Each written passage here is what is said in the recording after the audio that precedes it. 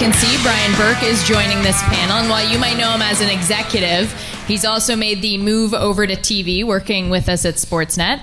Mark Milliere, he's the Senior Vice President of Production at TSN. So he's responsible of all of TSN's live productions and in-house programs.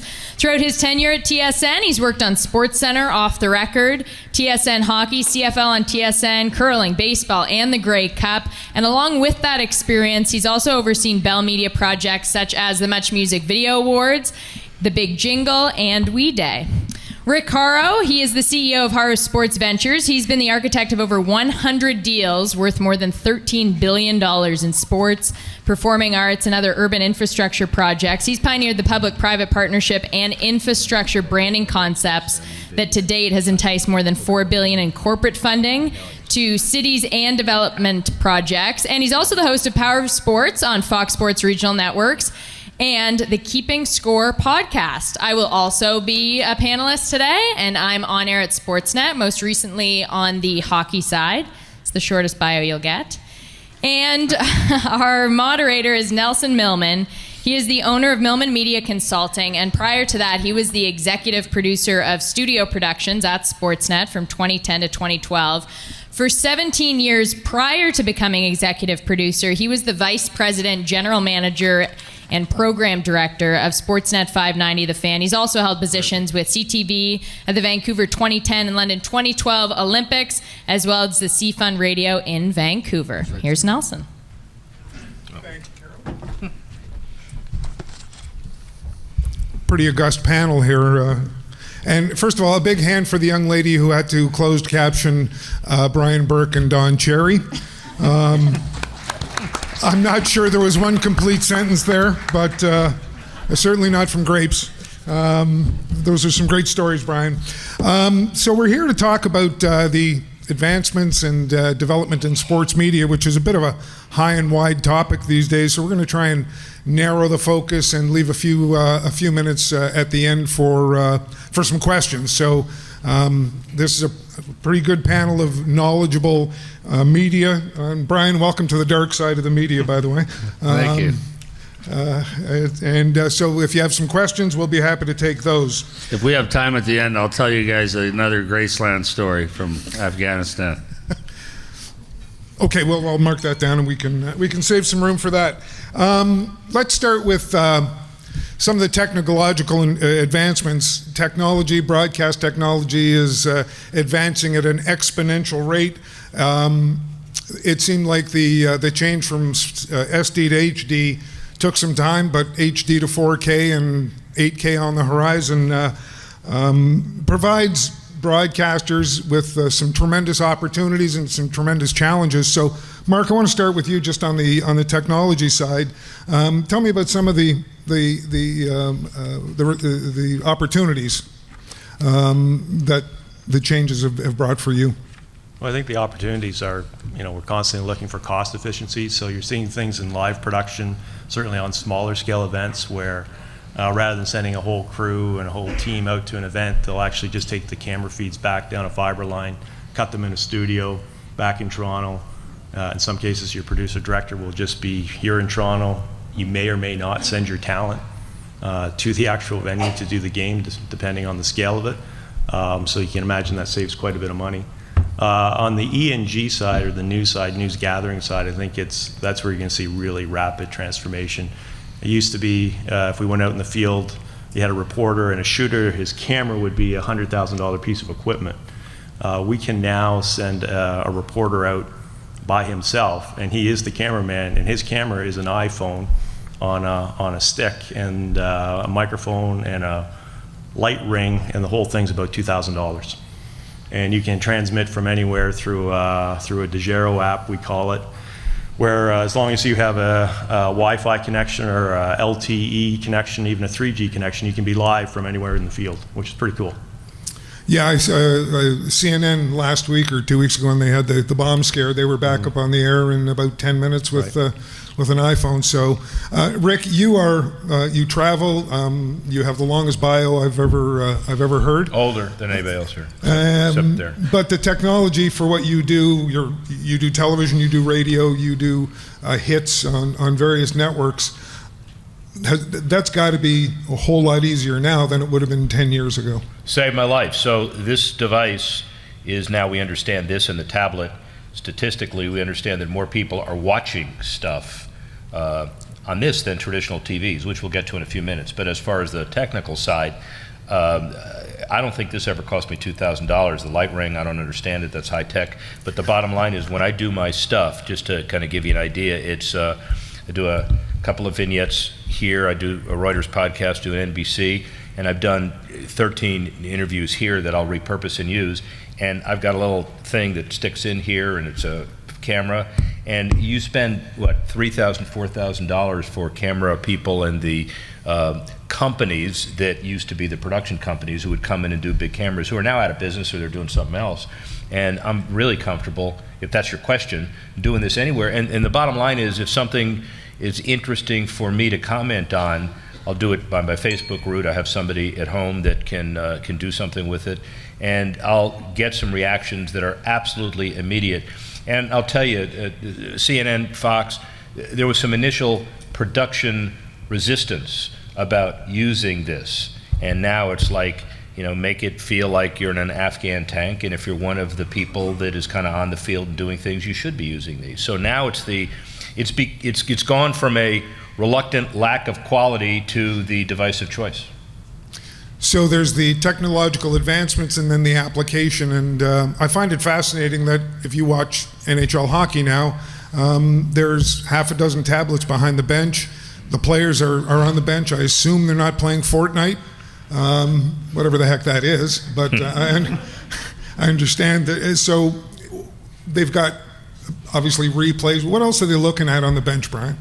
Well, everyone says welcome to the dark side, but I was on the dark side for a year before this. I worked for Mark at TSN, and I did the World Cup in 2004 for the CBC, and then I went back to TSN.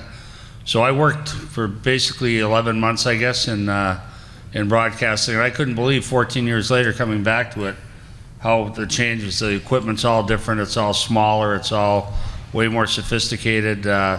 It was really a culture shock seeing just in 14 years. Like, that's not that long.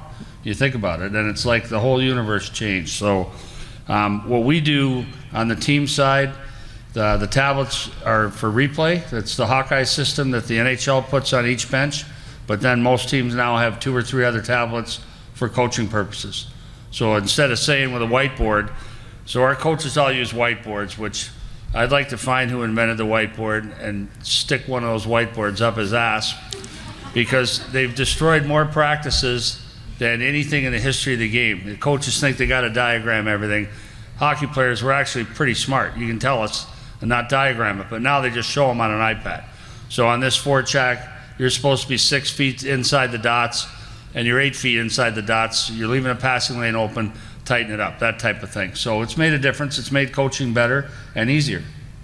And Carolyn, in the reporting, you're on the street, you're at the sidelines, you're doing play-by-play for tennis. You're, comparatively speaking, relatively new to the business when you look at the 3 people beside you. But have you noticed changes just in the time you've been in the business? Definitely, and what Mark was saying too about how, and it's also a cost saver in terms of being able to have people do the broadcast from in studio when it's somewhere else in North America or somewhere else in the world. Is I've done even tennis play-by-play just from our studio in Toronto when the actual match was going on in Croatia, and you just kind of fake it, and people who are watching would assume that you're there doing it there. So there's things like that. I think in our job on air too, it's the test and challenge of trying to add certain technologies to your broadcaster show and making it feel organic, doing it in a more natural way. So that's even, and that goes to speak to sales and sponsorship too.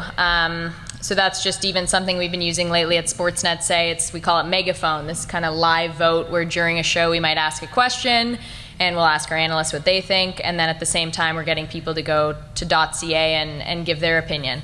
So I think that's kind of the balance, is trying to not force it on people, but make it a part of what you're doing and make sure it works hand in hand, as opposed to something extra that a viewer would just see as you're trying to just shove this in my face, and I don't really want to use it. Mark, you and I talked earlier about some of the challenges with the technology. What's the biggest one you face as a broadcaster? Well, the biggest challenge is piracy, and that's people stealing our signal. But far and away, it's the biggest issue in our industry. So I'm sure let's do this. Ask for a show of hands. How many people have done an illegal stream in the room, and we're not filming? Well, we are filming, and we'll need your names before you leave, please. Half of you are lying. Yeah. Or how many people even have cable? Okay. So it's obviously, we spend a lot of money to acquire expensive content, as does our competitor. And you have to monetize that content. It's pretty hard to monetize if it's being stolen. And for some reason, people don't make that connection, or if they do, they just don't care. We probably need some regulatory help to get out in front of it, to stop it. Otherwise, it can have really severe effects on the industry. Mm-hmm. One quick comment, and then we've done this panel for, 3 years, and the moderator would ask that question of the two big guys for the last 3 years in a row, and the same answer, which means it's gotten worse, or we haven't figured out how best to protect against piracy. But when you hear something 3 years in a row, you realize that it becomes a very serious issue. And the music industry faced it for many years, and I'm not sure if they've solved it completely or not. But there's the combating it is. Well, you need government help. Bottom line is you need to be able to knock down an illegal stream, and until you get the people who are so don't touch my internet because somehow you're trying to take over my life, which is not the case. We're just trying to stop you from stealing something, which is a totally different argument. Which brings us to feeding the beast. Broadcast, online, podcasts. There's a myriad of ways for people to get what they want, when they want it, where they want it. So it's not just broadcast TV. The question is, how do you produce the content that is just for broadcast, just for online, and how much is repurposed as you build it? Rick, you fill out all those platforms. Well, I'm hoping that the answer is that everybody, with all the affiliates that I deal with, all the top guys will say, we're moving to a vertically integrated newsroom, and the content is the content, and you can produce a long-form interview, and then there are snippets you could use, and then there are collateral aspects of it, there are highlights in the middle of it. So for me, when I have general ideas, if there are 8 or 9 or 18 or 19 opportunities for it to be used, hopefully the quality is agnostic and there's no discussion or pushback about, well, this is good quality for internet or for podcast stuff, but not for television. I assume if somebody says that today, they're not going to say that a few years from now, because I guess there's hopefully a budget issue for everybody in Mark's position and others that want to streamline all of this. And you also see, which is a second issue, it's a business issue, all my old dinosaur newspaper friends who used to write for newspapers and care about deadlines on days, not hours, they're now outside playing golf and lamenting the fact they've been fired because they refused to make the transition and they couldn't figure out why. So it's make sure your content is unique, make sure your content is diverse, make sure it can be picked up on a variety of wholly different platforms, and let the visionaries figure out how to distribute it. Well, we're on the 15-minute news cycle, and that's Brian. Are you getting ready to do a podcast? Or are you? No. Yes. I've been trying to talk. Yes. Yeah. Rick wants me to do one. Yes. So it's my first year back on this side. I started in May doing the playoffs, and my goal is to work hard at being as good as I can at this and not worry about doing other stuff right away. So it's been an adjustment. I don't think I was really effective early. I thought I was rusty. I thought I was nervous, and I think I'm coming out of it now, but I still got work to do. So I don't need to add any duties right now. Can we rack are we taping this anywhere? Brian Burke, nervous? I just never heard those words put together in the same sentence. So I don't know. And by the way, the podcast issue, it's not as if I'm selling you, but the idea, and you would appreciate this. Oh, Christ, here we go. Yeah, no, the idea, we've heard this before. The idea is if you put it all together and you do it back and forth and you do it as if you're doing it for on the air, the professionals will figure out how to vertically integrate and multi-purpose it. Maybe years from now, podcasts are kind of a normal way people communicate, and you ought to be diverse enough to figure out how to do it. Sales pitch over. So I really believe, well, I watch guys like Bob McCown, who's a friend and I admire him, but he talks on every sport, talks on any issue that comes up that day. It's a baseball issue, it's a lacrosse issue, whatever, and he's got a working knowledge of all those sports. I'm not that smart. Like I know a lot about hockey, I know a lot about rugby, and that's about it. So if you want to talk rugby, I can do that. I don't want to be one of these guys that goes on and does a talk show and talks about 12 sports. And I get annoyed. These guys who call me up on the show and say, well, I think you should do this with your power play. I'm like, I've been doing this for 30 years, you imbecile. Don't call me and tell me who to put on the power play. Sorry, I won't call anymore. I apologize. Anyway, I got some work to do before I start worrying about doing projects with this lunkhead. No, but coming out of his shell, you notice how, he's in a shell? What shell is that? I've never seen that shell. The second quotable moment is Brian said, I'm not that smart, so record that as well. All I caught was lunkhead, and I wasn't sure who This was is easy, referring man. to. We're starting it already. Here we go. Rack this up. Caroline, so there's so much built into brand building by being part of all of the platforms, and again, you want the consumers to reach out to your content. How do you make it proprietary enough that you're attracting ears or eyes? Sure. Well, and that's the thing. It's people that work above me whose jobs it is to cross promote, but we try and do that too within our newsroom and shows. I think you hear a lot of times in this industry how important it is to be multi-versatile and be able to do a lot of different things. It's also important to be able to work on multiple platforms. So by platforms, I mean TV, radio, web, whether that's digital content or whether that's writing on the web. So I just have kind of ingrained, based on kind of where I've come from, is if we're doing something on the show or in a game, we should get that on the web, or maybe we could promote this podcast during the show because we're having that guest on. But that's kind of the trick. And I think the big thing too, when we're talking about digital, is talking for a lot of people in this room, is the millennial generation, which everyone is trying to figure out. And it's where you're getting your content and what you want to see where and when, because time is of the essence. So that's also the challenge, where we want to get stuff out quickly, but it's also important in news and entertainment, is just because you want to get it out quickly, you still want to get out a good product. You don't want to just rush it out there for clickbait. So it's kind of the balance that I think everybody's trying to figure out, is you want to put out good content, you want to do it often, but as you all know from all the things you see, whatever social media platform it is, whether you're scrolling through Twitter or Instagram, there's also too much of a good thing, and then it's not a good thing. Someone who does tennis play-by-play, I'm sure you could handle any kind of content. That's got to be very difficult. Difficult? Yes. Tennis, you have pauses. It's fine. Okay, never mind. But, Nelson, smart broadcasters realize they have to be on all these platforms, and they have to connect with young people. They have to connect with the linear traditional model as well. I mean, if you're a really good on-air talent, you're a brand within a brand, right, at that company. So you're constantly selling you and the content. But the way you negotiate contracts now has to be different than it was 5 years ago, because you want your stars to be accessible on all the platforms, not just television, not just the web. 100%, and it's expected, yeah.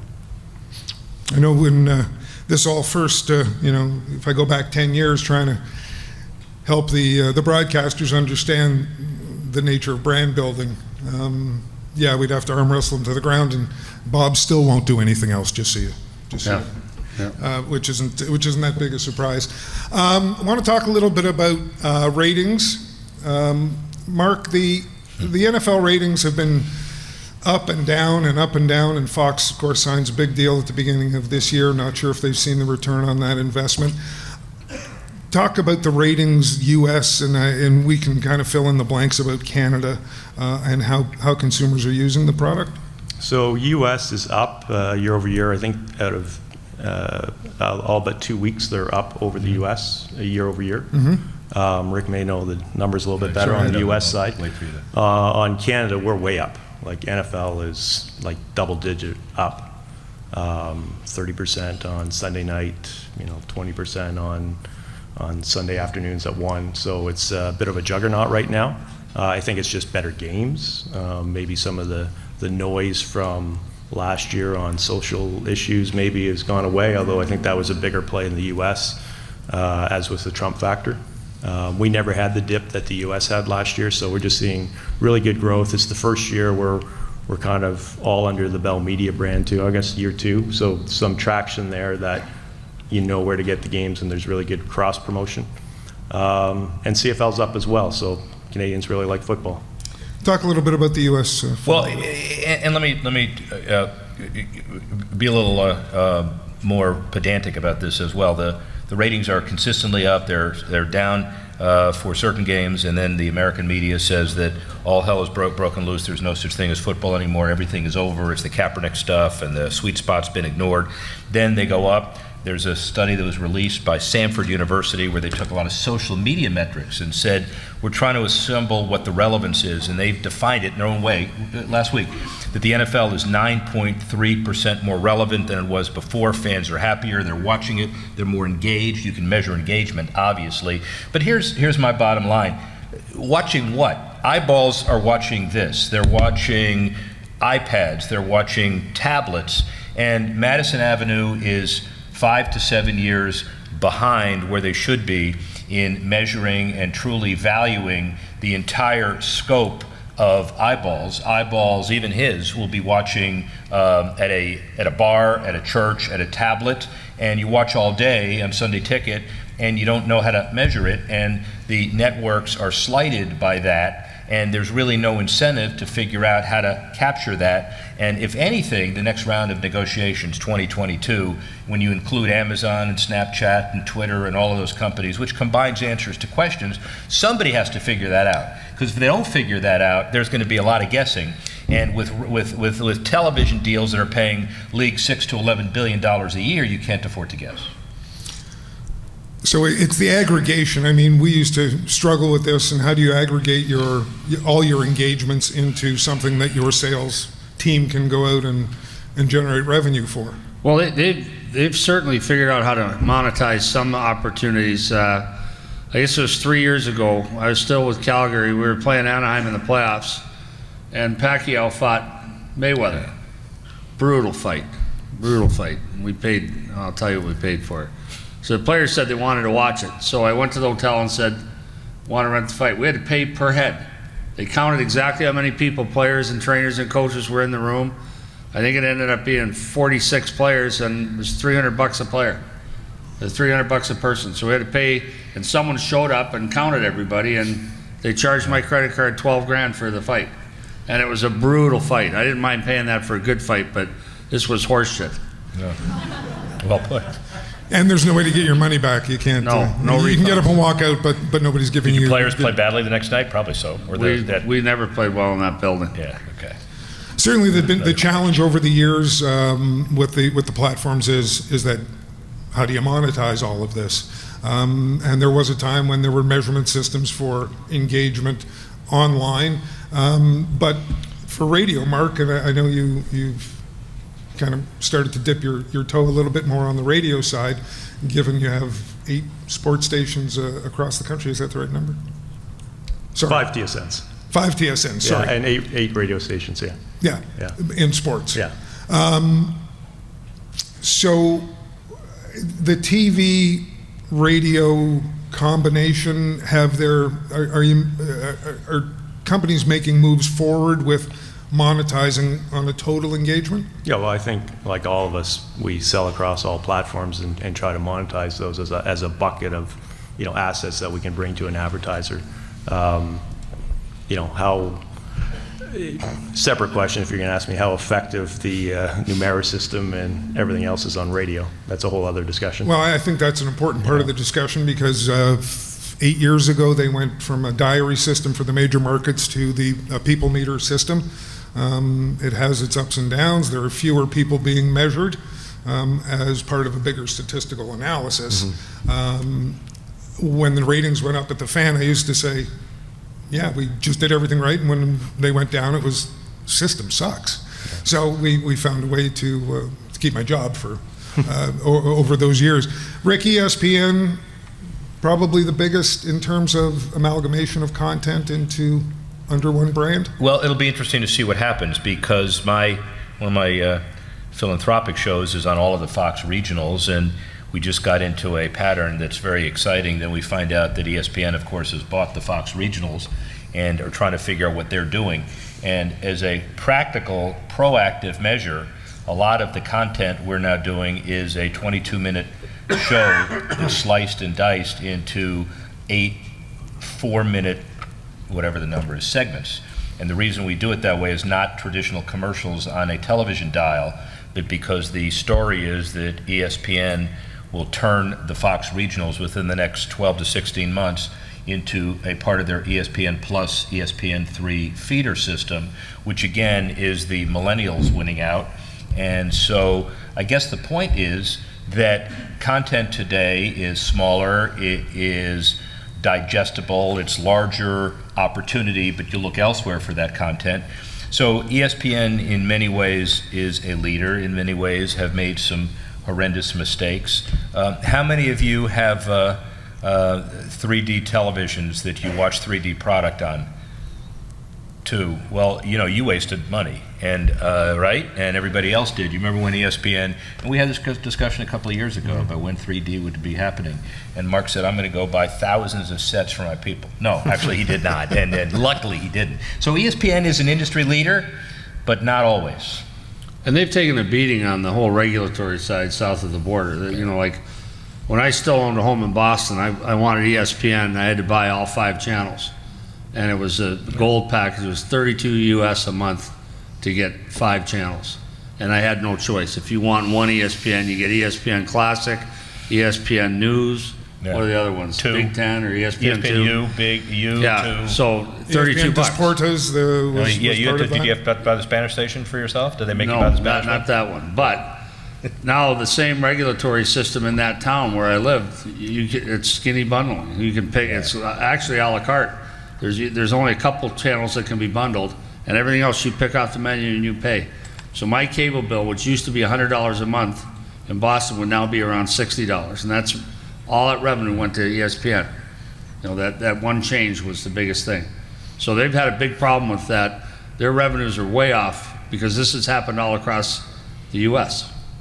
And that probably goes back a little bit to a lot of the cord cutting that's going on and the availability on TSN Go and the impact on your television ratings versus, I mean, have you seen, as the online engagement goes up, have you seen changes to the overall ratings on TSN, Mark?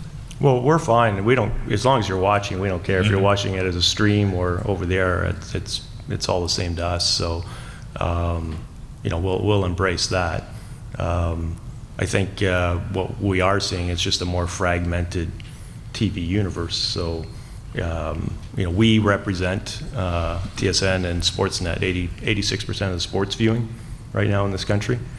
But there's more and more competitors coming in every day, whether that's DAZN or Amazon or what have you, competing for rights and competing for eyeballs. I still think we're in the best position. We're in the best position if you're a rights holder to be with us, because we're going to give you both a linear TV offering as well as an OTT offering, because we both have OTT products. OTT is over the top. Over the top, yeah. So, you know, TSN Direct to Consumer or Sportsnet Now, yeah. So, you know, that's a pretty good offering if you're a rights holder. I think if you're a rights holder that simply takes a big check and signs with one of the pure OTT players, you risk putting your sport into oblivion, because I just don't think it's going to scale up as well in Canada. And you're not going to have 2 networks like we have constantly shoulder programming it or using their news shows to talk it up. All right. I want to talk a little about talent, broadcast talent, both on the air and off the air. I think there's no questions. Strides have been made in terms of training. There are universities, community colleges, small schools, the College of Sports Media being an example, only because I teach there one day a week, trying to destroy broadcasting on my own. Talent development and then diversity. Carolyn, you're a perfect example of the changes that have been made. Sure. And women assuming roles that in the past had been traditionally basically old white guys, I guess. Play-by-play for tennis. That's a big. Who you calling old white guy? They resemble that. Only 3 out of 4 people trust me. Calling old white. By the way, talent is the most egotistical job title. I don't know who named it that, but managers did for ease of sake. Hair and teeth. Broadcasters. But yeah, so I'm fortunate too because Sportsnet has and probably still continues to develop me because I joined them part-time freelance out of school. Because that's where broadcasting's changing too, in the sense that I went to school in London, Ontario, and I spent time at Rogers TV London. And a lot of people will start in the smaller markets or start at those community stations, and we're not seeing as many of those community stations throughout Canada, which is a shame because that's where people can go and develop and try different parts of the job and make their mistakes. So for me, yeah, I started quite young at Sportsnet, and they've kind of helped me develop and move on from different roles from there. I don't think we're seeing necessarily a ton of that. There's a few people, if I can think about it, who've kind of had similar journeys. But the thing, it's like any industry too, is everyone comes from a different place and everybody gets to where they are through a different route. In terms of women on television, I know growing up for me, there weren't a ton. There were a few, some of whom I'm proud to work with today. If you think of Chris Simpson or Martine Geyer or Jen Hedger on TSN, the list goes on.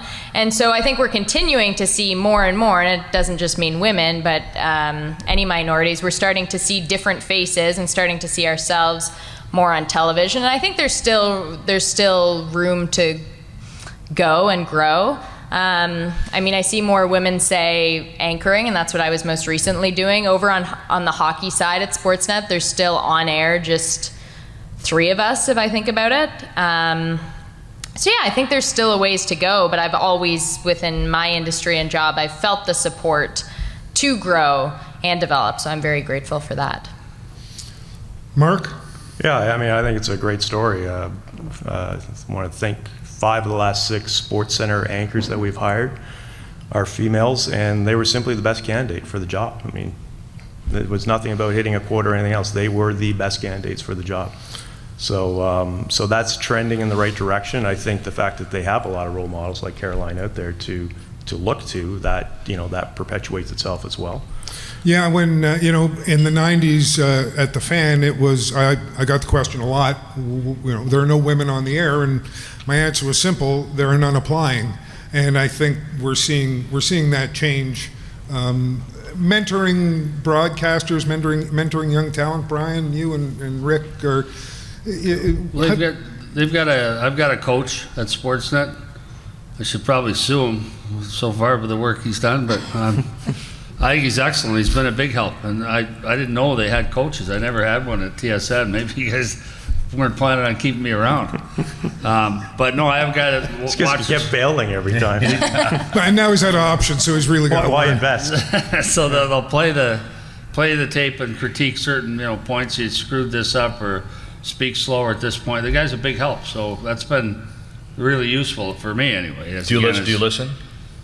I don't know how to record anything, so I don't know. No, do you listen to his advice? Yeah, I do. Okay, good. Well, that's... Yeah, I thought you meant do I listen to my own stuff? No, I don't no, even know how to set it. DVR, VCR, or whatever it is. It's also, too, for anyone in the room, whoever has to do public speaking or finds it nerve-wracking, our coach, Bob Babinski, who's formerly from CBC, I guess most recently, it's also trying to figure out why you act the way you are or why you carry yourself the way you do on air. So it's almost, he doesn't have a background in psychology, but you leave the room thinking, wait a second, what was that?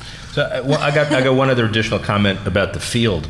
You know, when you look at 2022, Price Waterhouse came up with a big study about the industry broadly defined in North America, their number was 80 billion in 2020. Anybody can make up the numbers, but the largest growth by far is a $24 billion increase in media rights, bigger than licensing, bigger than ticket sales for teams through 2024. Now I don't know who's going to pay for those, because everybody is saying it's harder to do it these years. The rights fees are evaporating, but someone's going to do it. And the bottom line is, I think there are opportunities slowly escalating, not just through traditional media, let's call it, but Google, Netflix, Amazon, Facebook.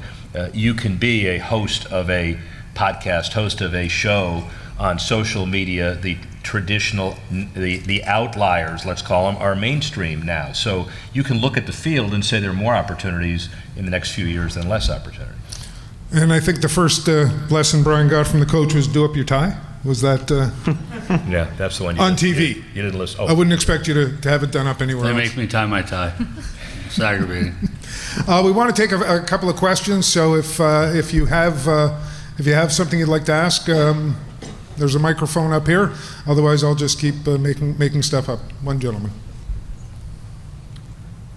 Is this on? Okay. My question would just be, since we were talking about like new ways to get engagement for people watching TV, have you guys been looking into Twitch and sort of the interactive way of being able to have like a Tim and Sid kind of show where people are commenting live and Tim and Sid are able to read that? And Or react Jay and to it? Dan. Or Jay and Dan, yeah. Get some balance. Sorry, on Twitch or Twitch-like?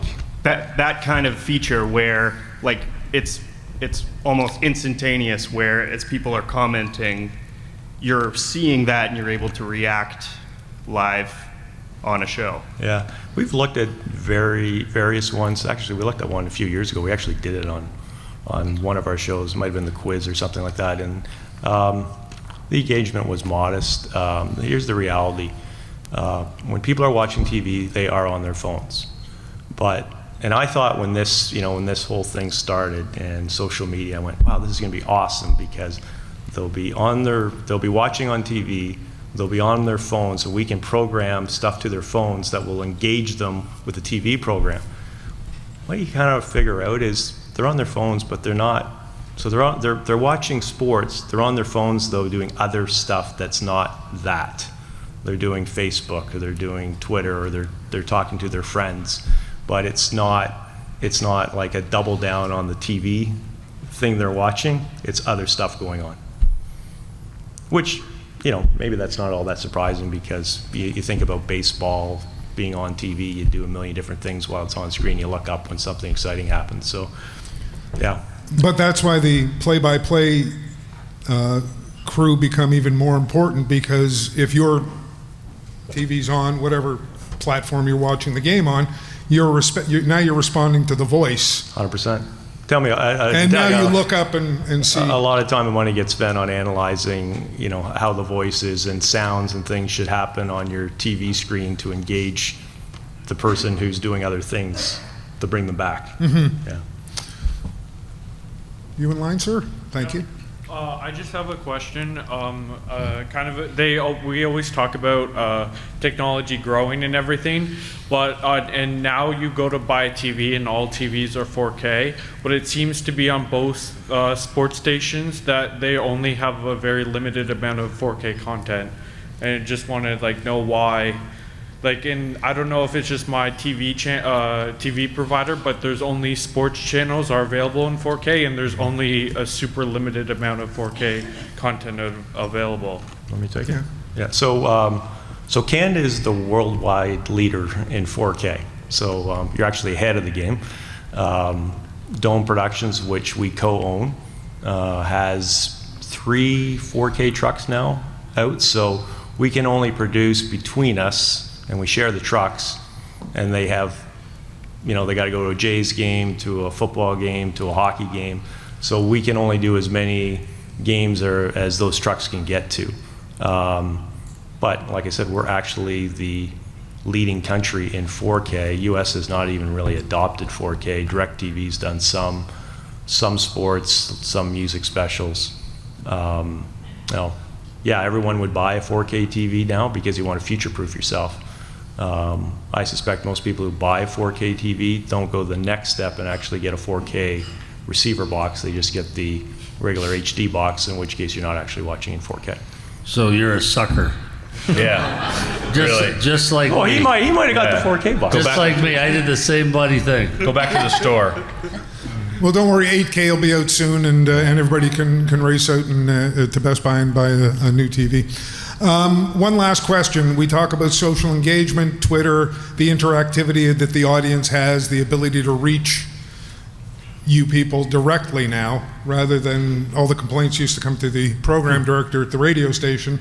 I'd either choose to act on them or ignore them, but they'd have to write, they'd have to phone. Now, social engagement, you know exactly what people think of you right away. Brian, what kind of reaction have you had to being full-time in the back in the hockey business? I have a Twitter account, but my oldest daughter does it. I don't look at it. I don't follow anyone. I don't know if they like me or hate me. I don't care. I'm just going to unfollow you then, because I didn't. Okay, that's. I really don't. Like people say, Mark knows. People say that, and they really do follow it. They do care what viewers think about them, and I don't. And Rick, if I'm bad at it, I'll get fired, and that's that simple. I don't have to read abuse from people I never met. Rick.